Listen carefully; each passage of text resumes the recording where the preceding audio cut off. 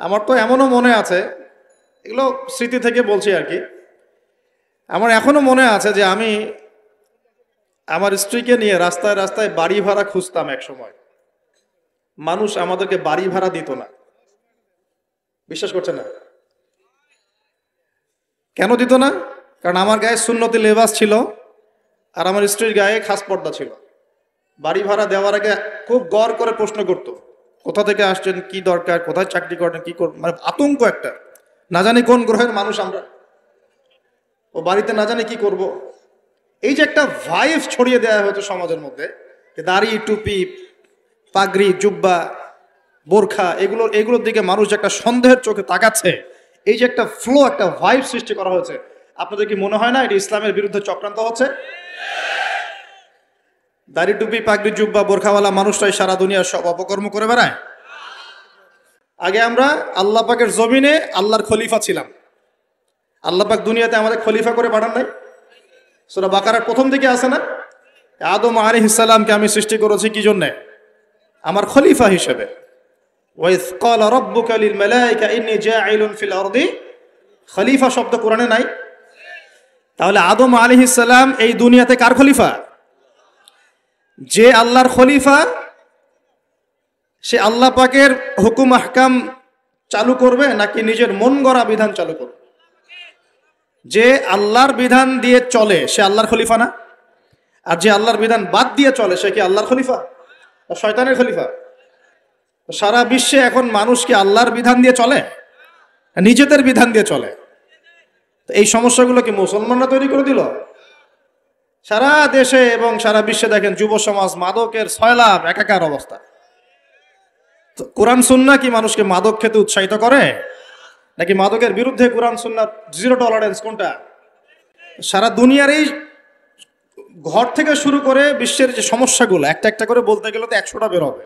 এই সবগুলো সমস্যা কি মুসলমানরা করে দিল না মুসলমানদের উপর এই সমস্যাগুলো চাপিয়ে দেওয়া হচ্ছে? কোনটা? কিন্তু মিডিয়ার মধ্য দিয়ে, প্রযুক্তির মধ্য দিয়ে, নিজস্ব প্রিন্ট এবং ইলেকট্রনিক মিডিয়াগুলোর মধ্য দিয়ে সারা বিশ্বে ছড়িয়ে দেওয়া হয়েছে সবচেয়ে খারাপ মানুষ মনে হয় মুসলমানরাই, তাই না? যত বাঁকা দৃষ্টি শুধু দাড়ি, টুপি, পাগড়ি, বোরখা, এগুলোর পিছনে। ঢাকা শহর ভূমিকম্প প্রবণ এলাকা না? ভূমিকম্পের যে পাপগুলা, সেই পাপগুলো আমি কিন্তু একটা লেকচার আলোচনা করে আসছি সিলেটে, দেখে নিন অনলাইনে। 15টা থেকে 20টা পাপ আছে। এই পাপগুলোতে যখন একটা জাতি লিপ্ত হয় আল্লাহর পক্ষ থেকে আযাব আসে। কয়েকটা কথা বলছি। পাপগুলোর মধ্যে একটা হচ্ছে যে যখন মানুষ বস্তুবাদী হয়, বেশি বস্তুবাদী মানে দুনিয়া নিয়ে খুব বেশি ব্যস্ত, পরকালের ফিকির কম, আল্লাহকে ভুলে গেছে। তারপরে যখন আমানত উঠে যায়, আমানত কি হয়? উঠে যায়।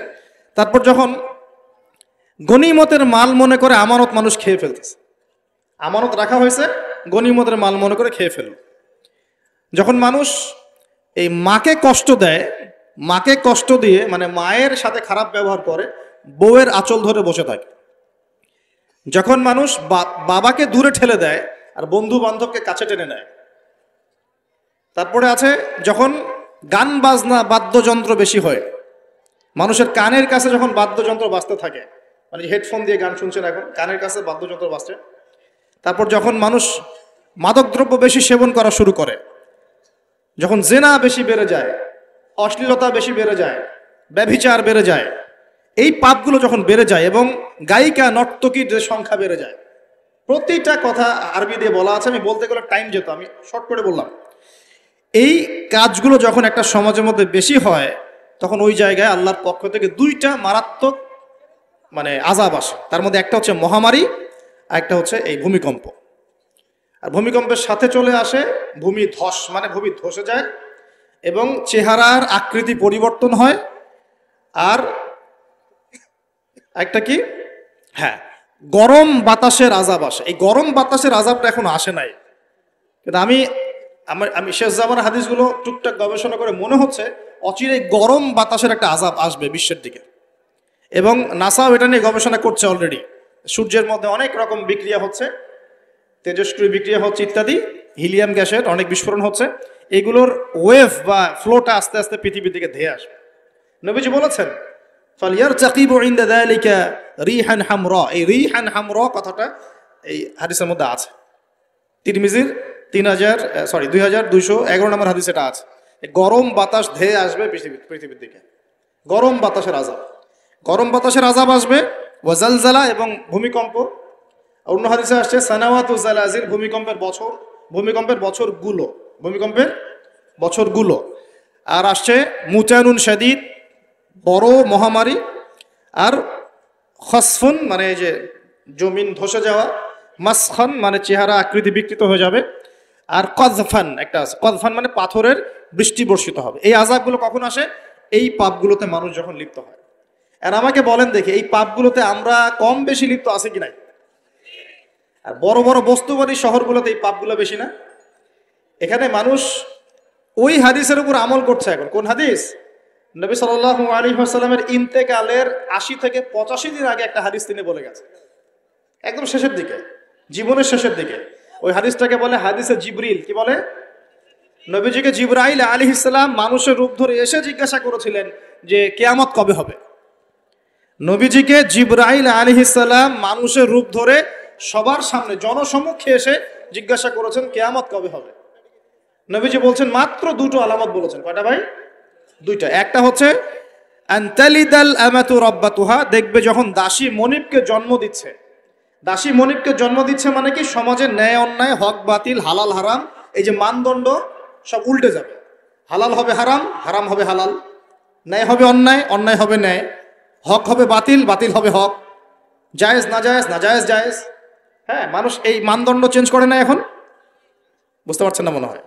এখন সমাজে সত্য মিথ্যা, ন্যায় অন্যায়ের মানদণ্ড কি কোরআন সুন্নাহ এখনো ঠিকই আছে? এখন মানুষ নিজে যেটা ন্যায় মনে করে সেটাই ন্যায়, নিজে যেটাকে অন্যায় মনে করে সেটা অন্যায়, নিজে যেটাকে ভালো মনে করে সেটা ভালো, নিজে যেটাকে খারাপ মনে করে সেটা খারাপ। আল্লাহ যেটাকে হালাল করে দিয়েছেন মানুষ হারাম করে নিচ্ছে, আল্লাহ হারাম করে দিয়েছেন মানুষকে হালাল করে নিচ্ছে। হচ্ছে কি না এগুলা? তো এই যুগ চলে আসে নাই যে দাসী মনিবকে জন্ম দিচ্ছে না? মানে মানদণ্ড উল্টে গেছে। আমার কথা কি বুঝতে পারেন? মানদণ্ড উল্টে গেছে। জিনিস ভালো মন্দের, ন্যায় অন্যায়, হক বাতিলের মানদণ্ড উল্টে গেছে। বলেন তো সত্য মিথ্যার মানদণ্ড কি? আমার বুদ্ধি না আল্লাহর ওহী? কোনটা? সত্য মিথ্যা, ন্যায় অন্যায়, হক বাতিলের চূড়ান্ত মানদণ্ড কি? আমার বুদ্ধি নাকি আল্লাহ পাকের কোরআন সুন্নাহ? কোনটা? কিন্তু সমাজে কি সেটাই বাস্তবায়িত আছে 100%? 50%ও কি আছে? তো এই সমস্যাটা কি চলছে কিনা? তার মানে কি আমাদের এই বড় আলামতটা আমরা দেখছি কিনা? দেখছি। গেল 2 নম্বরটা নবী বলছেন ওয়া আনতারাল হুফাতাল উরাতাল আলাতা রিয়া আশাই ইয়াতাতাওয়ালুনা ফিল বুনিয়ান। নবীজি বলছেন যখন দেখা যাবে সমাজের সবচেয়ে দরিদ্র শ্রেণীর মানুষ, স্যান্ডেল কেনার টাকা ছিল না, কাপড় পরার টাকা ছিল না, এই শ্রেণীর মানুষ, রাখাল মানে গরু ছাগল চড়াতো, এই শ্রেণীর মানুষ উঁচু উঁচু অট্টালিকা নির্মাণের প্রতিযোগিতা করবে। ভালো করে বোঝেন, নবীজি বলছেন না যে ধনীরা, সমাজের ধনীরা অট্টালিকা নির্মাণের প্রতিযোগিতা করবে। নবীজি এই কথা বলছেন না হাদিসে। নবীজি বলছেন সবচেয়ে দরিদ্র শ্রেণীর মানুষ, রাখাল শ্রেণীর মানুষ, স্যান্ডেল নাই, গায়ে জামা নাই, এরা উঁচু উঁচু অট্টালিকা নির্মাণের প্রতিযোগিতা করবে। করছে কিনা? কিভাবে সম্ভব এই শ্রেণীর মানুষের অট্টালিকা নির্মাণ না, নির্মাণের কম্পিটিশন করা কিভাবে সম্ভব? 1, সুদের মধ্য দিয়ে, 2, করাপশন দুর্নীতির মধ্য দিয়ে, 3, অন্যের সম্পদ আত্মসাৎ করার মধ্য দিয়ে। এই সমস্যাগুলো চলছে কিনা সমাজে? এরাই যখন 10-20 তলা বিল্ডিং উঠাবে তখন তো আর মানুষকে মানুষই মনে করবে না। বুঝতে পারছেন না মনে হয়? এদের তো কোনো পড়াশোনা নাই, কোনো ব্যক্তিত্ব নাই, কোনো দিনই এলেম নাই, রুচিবোধ নাই, কালচার না, সামাজিক না, এর তো মানে অসামাজিক। এরা যখন, এদের হাতে যখন আপনি সম্পদ চলে যাবে, এরা তো সাধারণ মানুষকে মানুষই মনে করবে না, গরিব মানুষকে কিছুই মনে করবে না, ও মনে করবে আমি সব কিছু। আমরা দেখেছি যার একটা বাড়ি আছে ঢাকায়, ও মানুষকে মানুষই মনে করে না, মানুষকে মানুষই মনে করে না, যে মনে করে আমি শহরের মালিক। হ্যাঁ, কি একটা অবস্থা মানুষের মধ্যে, যে কি অহংকার, কি আত্ম অহংকার, এই দালান কোঠার যে অহংকার, এই সমস্যাগুলো হলে আল্লাহ ভূমিকম্পতে ধসায় দিবেন না? দেখেন নাই কয়দিন আগে কি হলো? গতকালকে যে কোটিপতি ছিল তার পরের দিন রুটি নিয়ে দাঁড়ায় আছে। গতকালকে আইসক্রিম বিক্রি করেছে নাচানাচি করে, তারপরের দিন বসে আছে, কিচ্ছু নাই। আল্লাহ পাক এই পাপগুলা দেখে সবর করেছেন, ধৈর্য ধরেছেন। ধৈর্য ধরে একসময় যখন আল্লাহ পাকের আযাব চলে আসছে, একবারে সব সমূল উৎপাদিত করে দিয়েছে। আমরা তো কারো দুঃখে খুশি না, বরং এগুলো সারা দুনিয়ার মুসলমানদের জন্য শিক্ষা। সারা দুনিয়ার মুসলমান যে যেখানে আছি, আমাদের সবার জন্য এটা শিক্ষা। এই পাপগুলোতে আমরা লিপ্ত হই, আল্লাহ পাক ছাড় দিলেও ছাড়বেন না। আল্লাহ পাক ছাড় দিবেন কিন্তু ছাড়বেন না। মানুষের মধ্যে এখন সম্পদের যে অহমিকা, গরিব মানুষকে মানুষই মনে করে না, খেটে খাওয়া মানুষকে মানুষই মনে করে না। রিক্সাওয়ালা, যারা নিম্নবিত্ত, নিম্ন মধ্যবিত্ত, চা বিক্রি করে, পানের দোকান করে, হালাল খায়, কৃষক, এই মানুষগুলোকে এখন বড় লোকরা মানুষই মনে করে না। আর জাকাত তো দেয়ই না, জাকাত তো তার উপরে ছিল ফরজ, ওই জাকাত তো দেয়ই না যে এই খাবার তার কাছে পৌঁছাবে। উল্টা কিভাবে তাদের সম্পদ লুটে পুটে খাওয়া যায় সেই বুদ্ধি। আবার দিলেও যে কত শর্ত, বাপরে বাপ। তো কিছুটা মনের কষ্ট থেকে বললাম কথাগুলো আর কি, যে আসলে আপনি যখন কোরআন এবং সুন্নাহর জ্ঞানী হবেন না, তখন অন্যকে সম্মান দিতে পারবেন না। আমরা বড় বড় স্লোগান দিই যে অমুক অমুকের সেবক, অমুক অমুকের সেবক। আসলে সেবা সত্যিকার অর্থে করছি? আল্লাহ পাক তার রাসূলের মাধ্যমে জানিয়েছেন, এই হাদিসটা একটু শোনেন তারপর সামনে যাই। আল্লাহ পাক তার রাসূলের মাধ্যমে আমাদেরকে জানিয়েছেন, শোনো, আলা কুল্লুকুম রাইন, তোমাদের প্রত্যেকে হচ্ছে দায়িত্বশীল। তোমাদের প্রত্যেকেই দায়িত্বশীল। কেউ পরিবারের দায়িত্বশীল, কেউ ব্যবসা প্রতিষ্ঠানের দায়িত্বশীল, কেউ তোমার চাকরির প্রতিষ্ঠানের দায়িত্বশীল, কেউ সামাজিক দায়িত্বে আছো, কেউ প্রশাসনে, কেউ পররাষ্ট্র ইত্যাদি। তোমাদের প্রত্যেকেই দায়িত্বশীল। কুল্লুকুম রাইন ওয়া কুল্লুকুম মাসউলুন আন রাইয়াতি, এবং তোমাদের প্রত্যেককে যার যার দায়িত্ব সম্পর্কে আল্লাহ কিয়ামতের মাঠে জিজ্ঞাসা করবে। আমরা কি উত্তর দেওয়ার জন্য প্রস্তুত আছি ভাই? সবার আগে আমি দেখি, আমি আমার উপর দায়িত্বশীল না?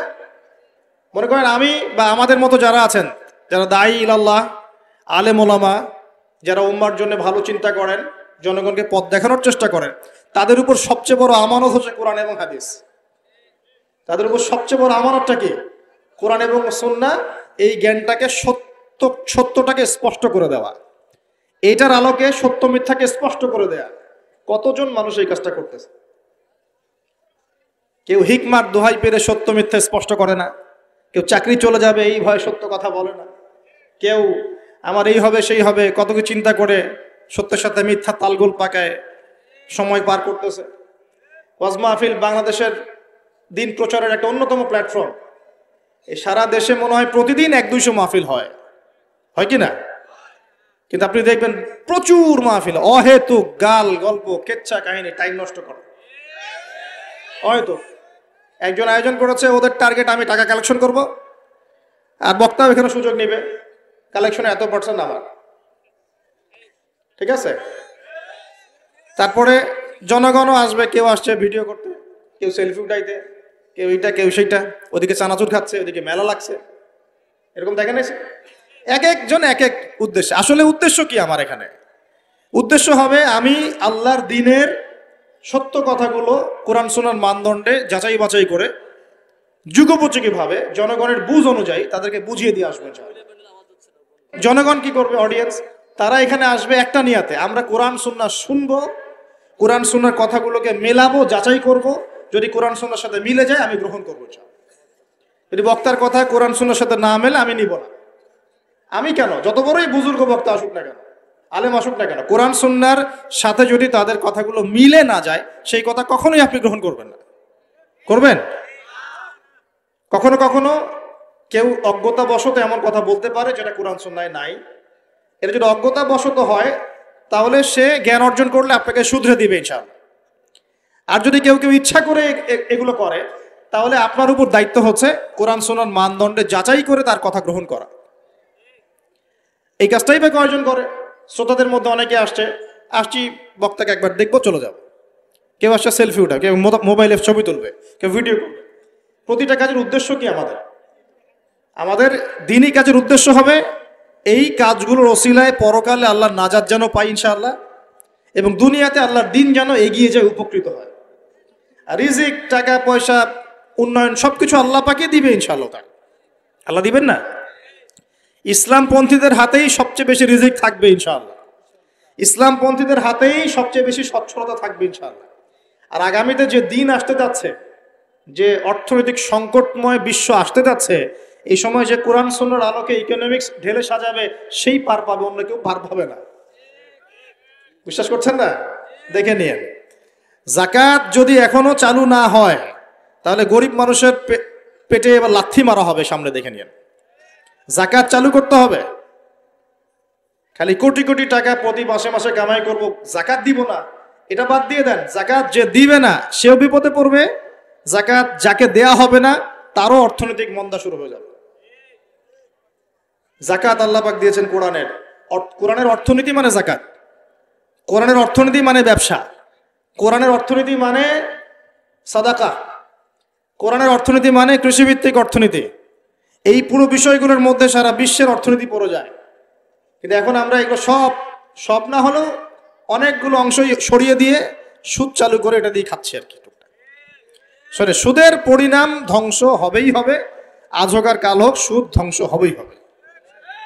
সারা দুনিয়া এখন দেখছে যে সুদ কিভাবে ধ্বংস হয়।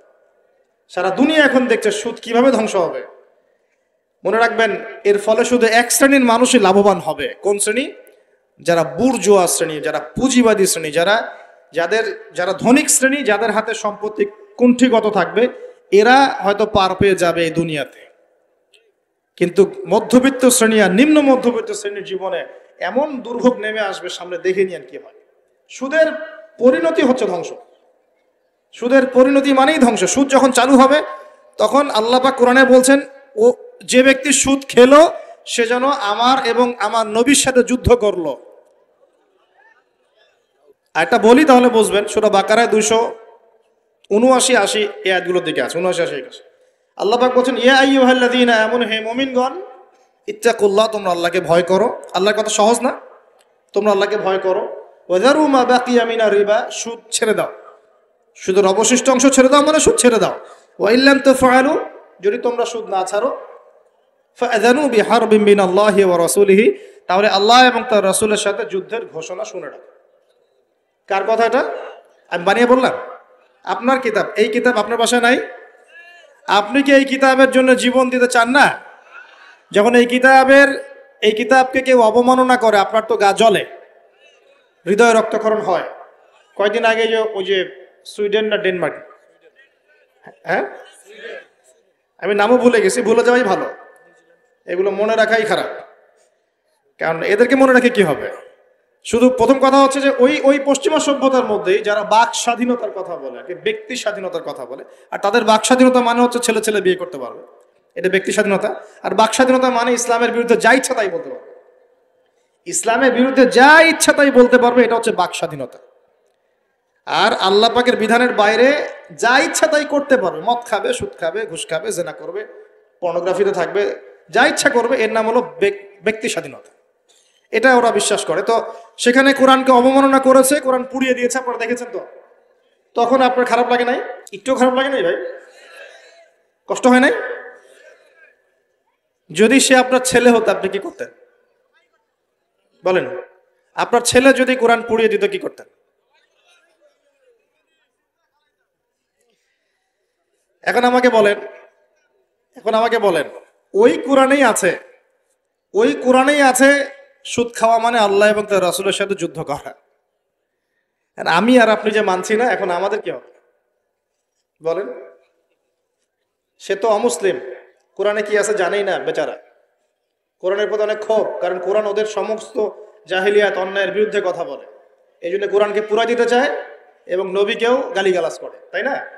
ইসলামের বিরুদ্ধে দাঁড়া যায়, ইসলামের বিরুদ্ধে ওরা চেষ্টা চালায়, কারণ ওরা জানে না ইসলাম কি, ওরা বোঝে না কোরআন কি, ওরা বোঝে না মুহাম্মদ সাল্লাল্লাহু আলাইহি ওয়াসাল্লাম কে, তিনি কেমন আদর্শ, কেমন মানুষ, তিনি যে পুরো বিশ্বের জন্য রহমত, ওরা তো জানেই না, বোঝেই না।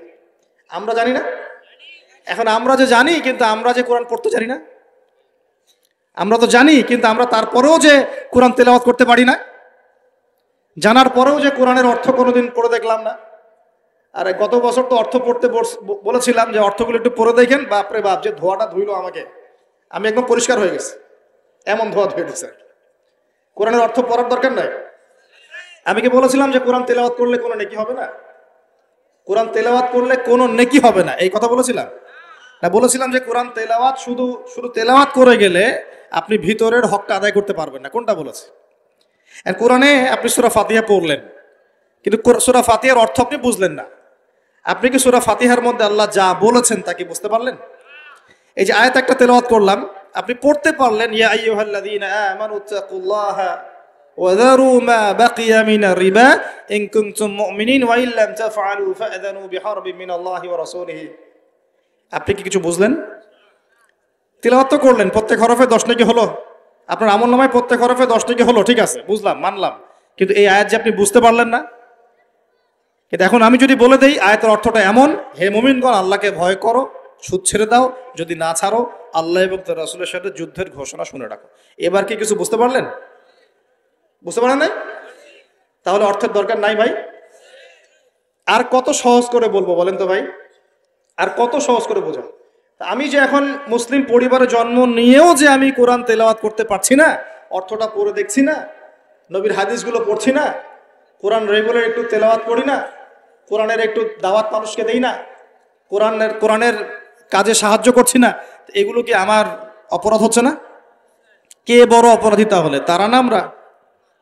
বলেন এবার। দ্বিতীয় ওয়াদাটা করতে পারি? প্রথম ওয়াদা করেছেন দরুদ পড়বেন সকালে সন্ধ্যায় 10 বার করে, মনে আছে তো নাকি ভুলে গেছেন?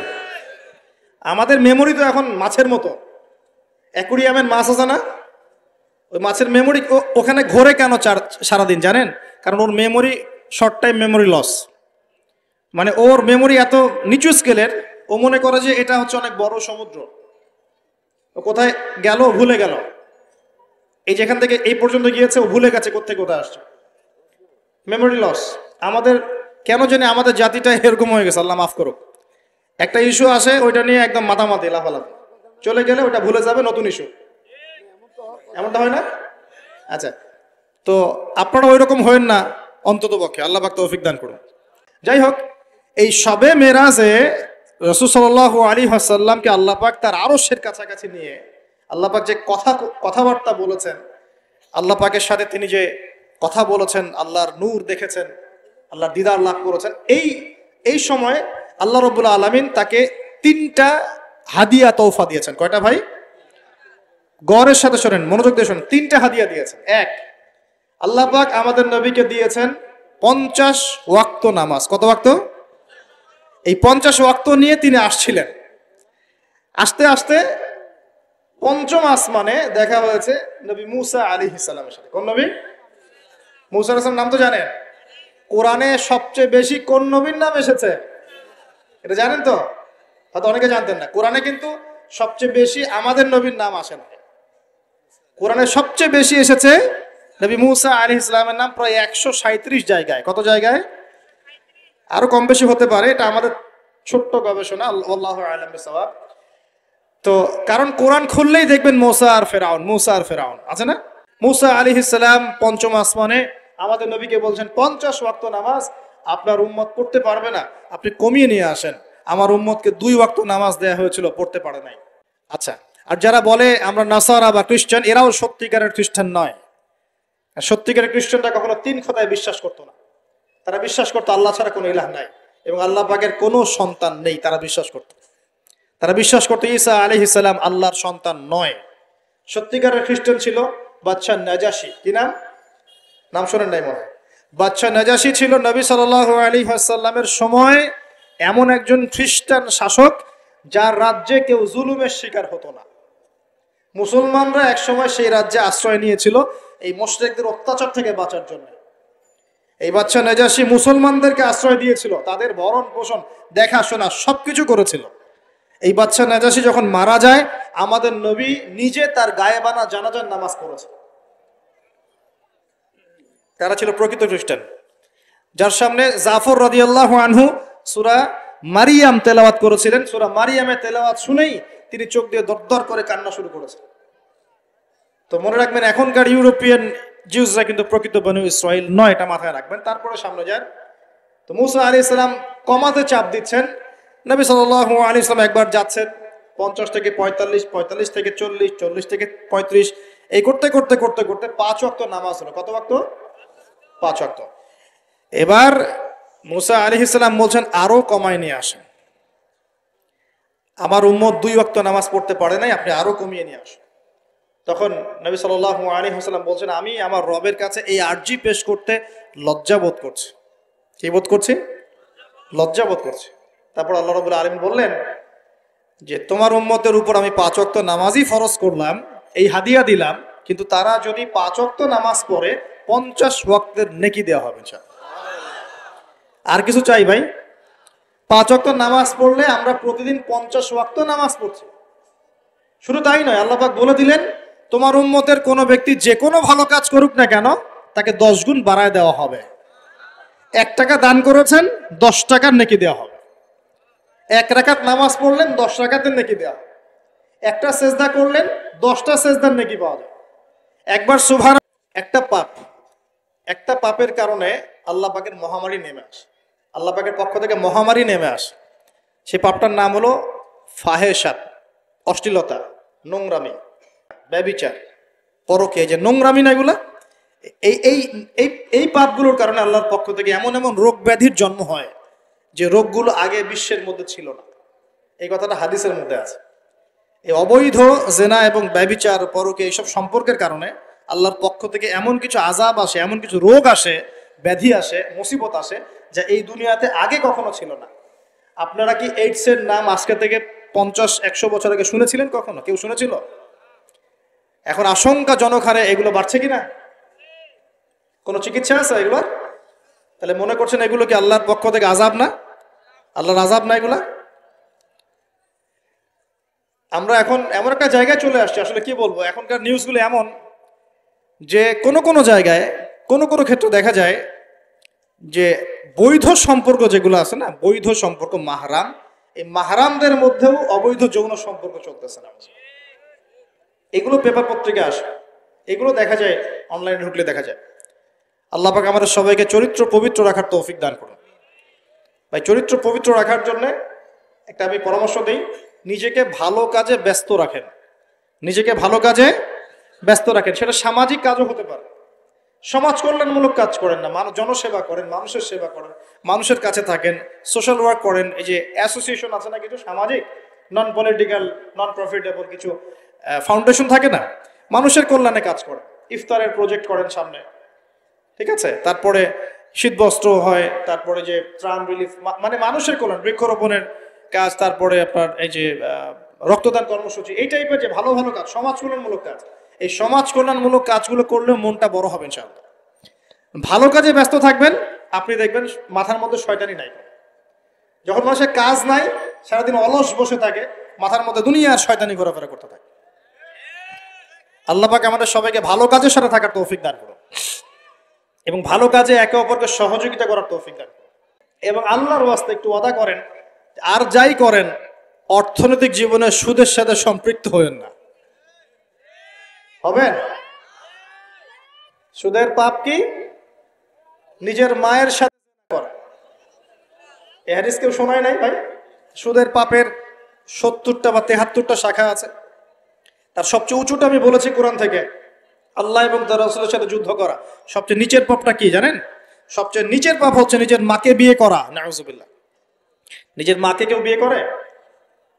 এর চাইতেও জঘন্য কাজ হলো সুদ খাওয়া, কারণ সুদের মধ্য দিয়ে মানুষের রক্তকে চুষে খাওয়া হয়।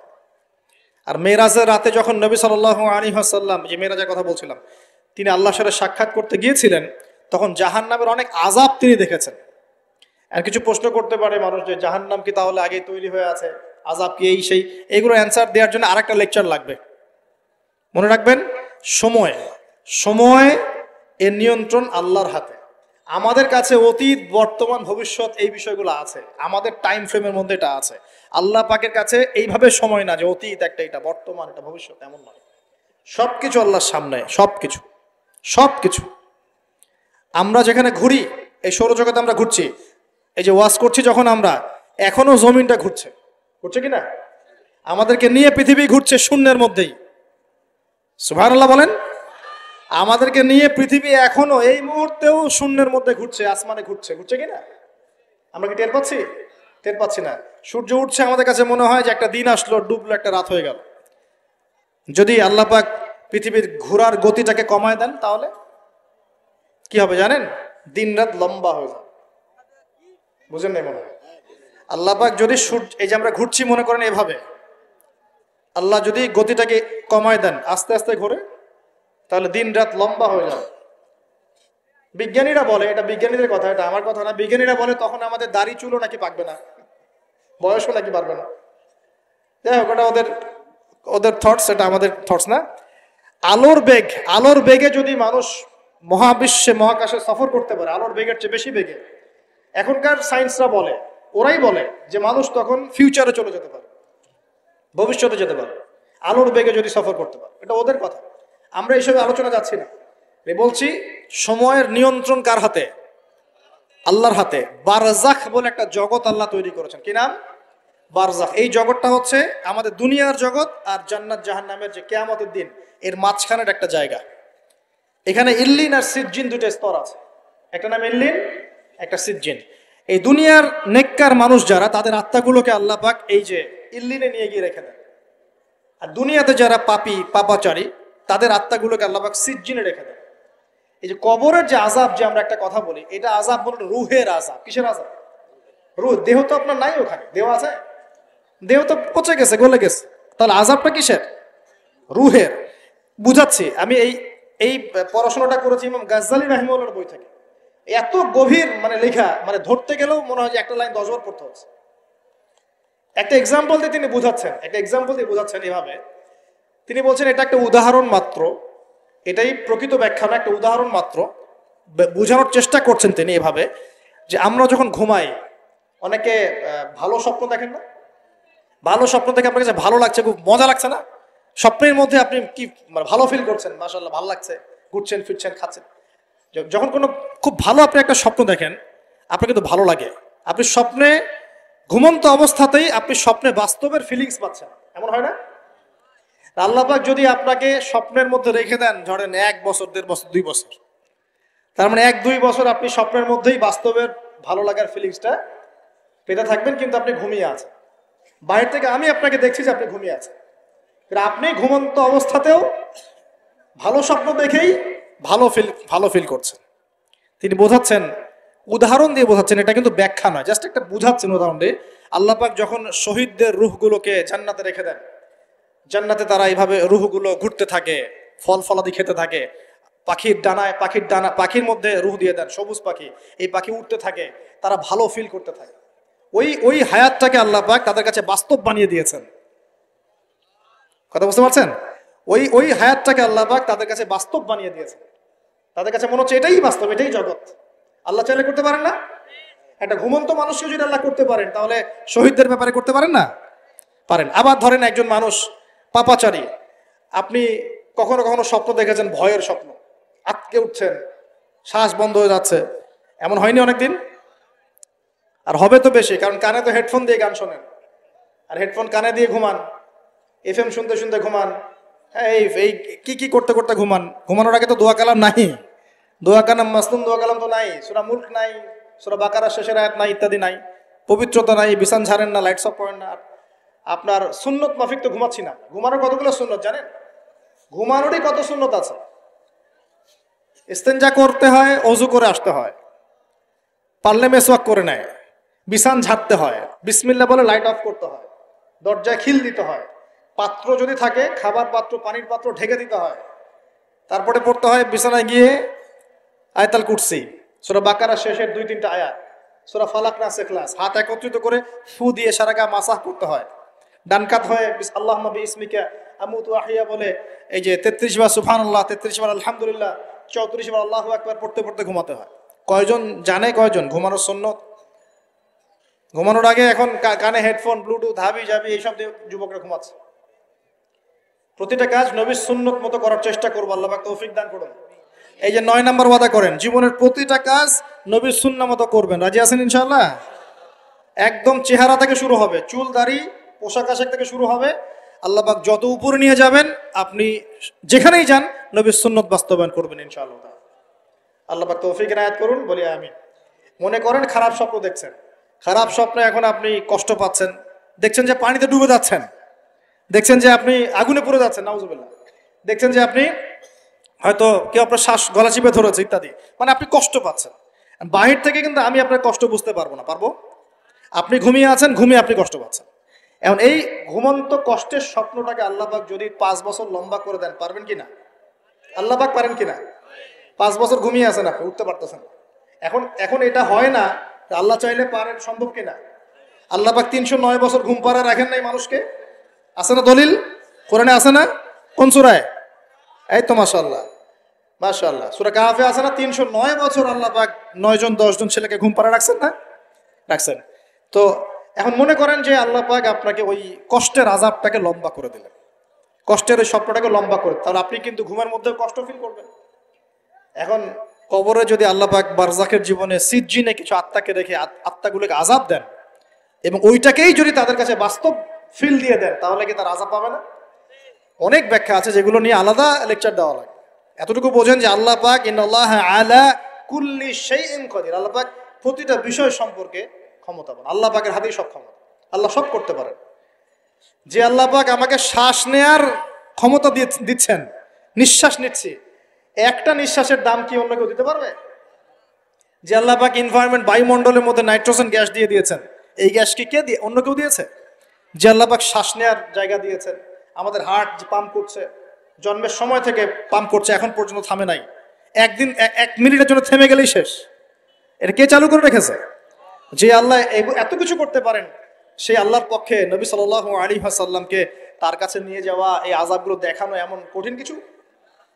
এগুলো নিয়েও এখন মানুষ প্রশ্ন তোলে। তো এখানে নবীজি অনেকগুলো শাস্তি দেখেছেন, তার মধ্যে একই পাপের কারণে তিনটা শাস্তি দেখেছেন। কয়টা ভাই? এই সেই বিখ্যাত পাপের নামটাই হচ্ছে সুদ। কি নাম সেই পাপের? একবার দেখেছেন কিছু লোককে রক্তের নদীতে ফেলে দিয়ে মাথা ফাটিয়ে দেওয়া হচ্ছে। জিজ্ঞাসা করলেন এরা কারা? জিবরাইল আলাইহিস সালাম বলছেন এরা আপনার উম্মতের সেই সব ব্যক্তি যারা সুদখোর ছিল। রক্তের নদী কেন? কারণ রক্ত চুষে খাইতো তারা মানুষ। মাথা কেন ফাটাই দেওয়া হচ্ছে? কারণ এই মাথা দিয়ে বলেছিল ইন্নামাল বাইউ মিসলুর রিবা, ব্যবসা সুদ একই জিনিস। এই শয়তানি মাথা থেকে বেরোছে, এই কারণে মাথা ফাটিয়ে দেওয়া হচ্ছে। আর একটা শাস্তি দেখেছেন, তারা পাথর খাচ্ছে, পাথর, বড় বড় পাথর খাচ্ছে, পিছনের রাস্তা দিয়ে পাথর বের হয়ে যাচ্ছে। জিজ্ঞাসা করলেন কাদের কি কারণে শাস্তি দেওয়া হচ্ছে? জিবরাইল আলাইহিস সালাম বললেন এটাও সুদের কারণে। 3 নম্বরটা দেখেছেন তিনি, যে কিছু মানুষ শুয়ে আছে আর এই পেটটা, এই বাড়ি, আমাদের বাড়ি যেমন উঁচু, বাড়ির মতো উঁচু হয়ে আছে পেটটা, আর পেটের ভিতরে অজগরের মতো বড় বড় সাপ কিলবিল কিলবিল করছে। এই 3টা শাস্তি তিনি দেখেছেন। দেখে জিবরাইল আলাইহিস সালামকে বলছেন এই 3টা শাস্তি কি কারণে? 3টার ক্ষেত্রেই জিবরাইল আলাইহিস সালাম বলেছেন সুদের কারণে, সুদের কারণে, সুদের কারণে। আল্লাহ পাক আমাদেরকে হেফাজত করুন বলি। 10 নম্বর নিয়াত, আমরা সবাই হালাল খাওয়ার চেষ্টা করবো ইনশাআল্লাহ। আমরা হারামের দিকে যাব না ইনশাআল্লাহ। হালাল রিজিক আল্লাহ যতটুকু দিবেন এতটুকুতে সন্তুষ্ট থাকবো ইনশাআল্লাহ। এবং যদি আমি সামর্থ্যবান হই, ধনী হতে আল্লাহ পাক নিষেধ করেন নাই, ধনী হতে আল্লাহ নিষেধ করেন নাই, ব্যবসা করতে নিষেধ করেন নাই, ধন সম্পদ আল্লাহ পাক অর্জন করতেও নিষেধ করেন নাই, কিন্তু দুনিয়ার পূজা করতে আল্লাহ নিষেধ করেছে, দুনিয়ার মোহে ডুবে যেতে আল্লাহ নিষেধ করেছেন। সম্পদ ওসমান রাদিয়াল্লাহু আনহুরও ছিল, কিন্তু সেই সম্পদ তিনি তার প্রয়োজনে যতটুকু লাগতো এতটুকু ব্যয় করতেন, বাকিটা আল্লাহর রাস্তায় ব্যয় করতেন। ওসমান রাদিয়াল্লাহু আনহুর মতো ধনী হতে কোনো সমস্যা আছে? আপত্তি আছে? একটা আমল তার জীবনী থেকে পাওয়া যায়, এটা পড়ে আমার কাছে এত মানে নিজেকে এত ছোট মনে হচ্ছে, কাশ যদি এই আমলটা আমি করতে পারতাম। বলে দিব? চেষ্টা করছি যে করার, আপনারাও করার চেষ্টা করেন। ওসমান রাদিয়াল্লাহু আনহু ধনী ছিলেন কিনা? তো নবীর কাছে গিয়ে বলছেন যে আমার ধন সম্পদ খুব বেশি বাড়ছে, ইয়া রাসূলুল্লাহ আপনি সম্পদ একটু কমানোর দোয়া করেন তো আমার জন্য। চিন্তা করা যায় মানুষ এমন দোয়া কেউ করবে এই যুগে? আচ্ছা, নবী সাল্লাল্লাহু আলাইহি ওয়াসাল্লাম বললেন তুমি উটের পিঠে, গাধার পিঠে খাওয়া দাওয়া করো, ঠিক আছে, খাওয়া দাওয়া করো। তো তিনি খাওয়া দাওয়া করেন। এখন কয়দিন পরে, কয়দিন বলতে কতদিন আল্লাহ ভালো জানেন, তিনি এসে বলছেন ইয়া রাসূলুল্লাহ আমার তো সম্পদ আরো আগের চেয়ে বাড়তেছে, দেখি আপনি কি দোয়া করলেন? সম্পদ আরো বাড়া শুরু করেছে। তখন তিনি বলছেন যে তুমি যখন খাও তখন তোমার হাত থেকে যদি খাবার পড়ে যায় তুমি কি করো? তখন তিনি বলেছেন আমি আমার হাত থেকে খাবার যদি পড়ে যায়, একটা দানাও যদি পড়ে যায়, আমি উটের পিঠ থেকে নেমে সেই খাবারটাকে তুলে পরিষ্কার করে তারপর খাই। উসমান রাদিয়াল্লাহু আনহু এত ধনী মানুষ, তিনি প্রতিবেলায় 100 মানুষকে খাওয়াতে পারেন, কোনো সমস্যা নাই। তিনি একাই তাবুকের যুদ্ধে 30,000 সৈন্যের দায়িত্ব নিয়েছেন। 30,000 সৈন্য 3 মাস যাবে, যাত্রা বিরতি করবে, খাবে দাবে, তাদের ঘোড়া অস্ত্রশস্ত্র সব দায়িত্ব একজন ব্যক্তি বহন করেছেন, ওসমান রাদিয়াল্লাহু আনহু।